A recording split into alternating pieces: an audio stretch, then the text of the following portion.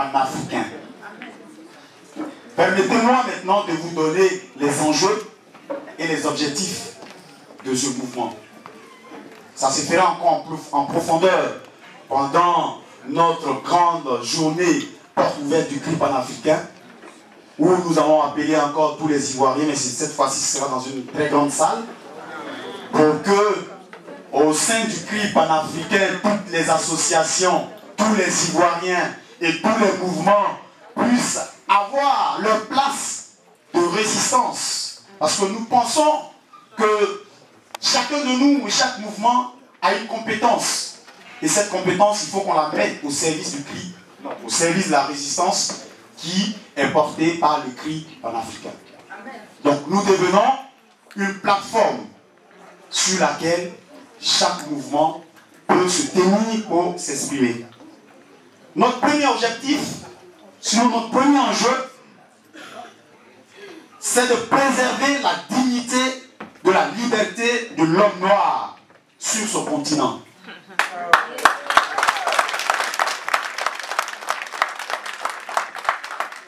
Nous voulons préserver la dignité de l'homme noir sur son propre continent. C'est important. Parce que nous pensons que la dignité d'un homme n'est pas échangeable. La dignité d'un homme n'est pas marchandable. On ne peut pas marchander la dignité d'un homme. Donc nous voulons lutter pour que cette dignité soit préservée sur notre propre continent. Et que plus jamais il y ait des puissances qui viennent nous dicter ce que nous devons faire sur notre propre sol. À notre grande réunion, on rentrera dans les détails. Je donne juste les grandes lignes. Notre deuxième enjeu, c'est la mobilisation des ressources de l'Afrique au service de l'autodéveloppement de l'Afrique. Donc, mobiliser toutes les ressources pour que ces ressources puissent servir au développement de l'Afrique.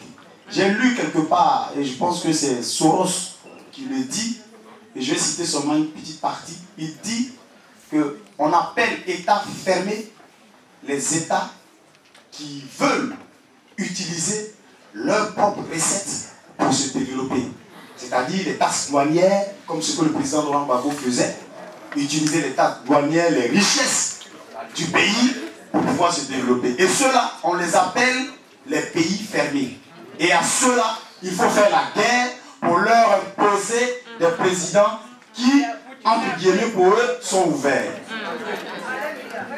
C'est pour cela qu'il est important que nous puissions mobiliser les ressources de l'Afrique pour le développement de l'Afrique elle-même. Et le troisième enjeu, c'est l'émergence de la conscience panafricaine. Il faut que, c'est vrai qu'aujourd'hui, la lutte part de la Côte d'Ivoire, mais il faudrait qu'elle transcende la Côte d'Ivoire pour toucher les autres pays africains. Je lisais quelque part qu'ils sont en train de préparer quelque chose au Cameroun contre Paul Biya. Et Sarkozy a invité le fils de Wade au G8. Pour faire quoi? Pour le présenter à Obama. Je pense qu'il est temps que les peuples africains se réveillent et nous rejoignent dans la lutte que nous menons actuellement. Je dirais même que c'est un privilège pour les autres pays africains d'avoir la Côte d'Ivoire comme fer de lance de cette libération.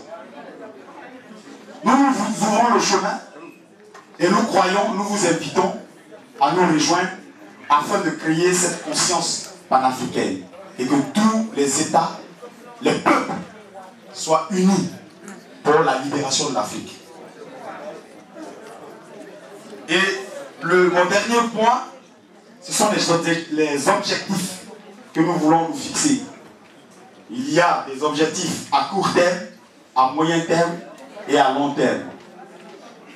Ce qui est important cet après-midi, ce soir, c'est les objectifs à court terme. Et ça, On ne rigole pas là-dessus. Avant qu'une négociation soit menée, notre combat, notre objectif à court terme, c'est la libération du président Laurent Gbagbo. La libération du président Laurent Gbagbo, de son épouse, des membres de sa famille, tous les prisonniers politiques, tous les jeunes qui ont été emprisonnés dans des camps de concentration, et tous ceux qui ont été exilés de force. Il faut que toutes ces personnes rentrent. Voilà notre objectif à court terme. L'objectif à moyen terme, c'est le rétablissement de la souveraineté de la Côte d'Ivoire. La fin de l'occupation militaire des forces étrangères et la consolidation de la démocratie en Côte d'Ivoire.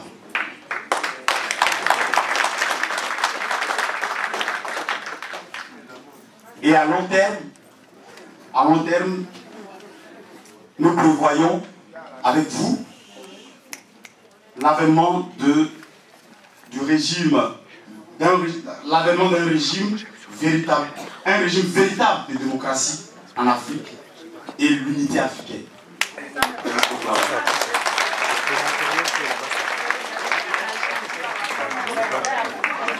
Le temps nous presse. En conclusion, je voudrais en conclusion vous remercier. Je voudrais vous remercier pour la mobilisation qui ne faiblit pas. Et je pense qu'ensemble, avec toutes les organisations, toutes les associations, tous les Ivoiriens et tous les Africains, nous allons pouvoir coordonner cette résistance et nous allons pouvoir la rendre effective et nous allons pouvoir atteindre nos objectifs.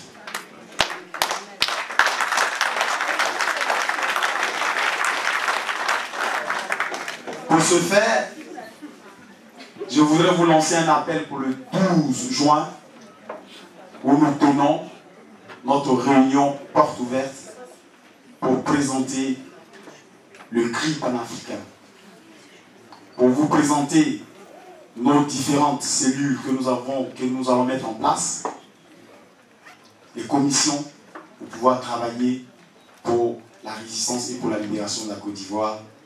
Je vous remercie.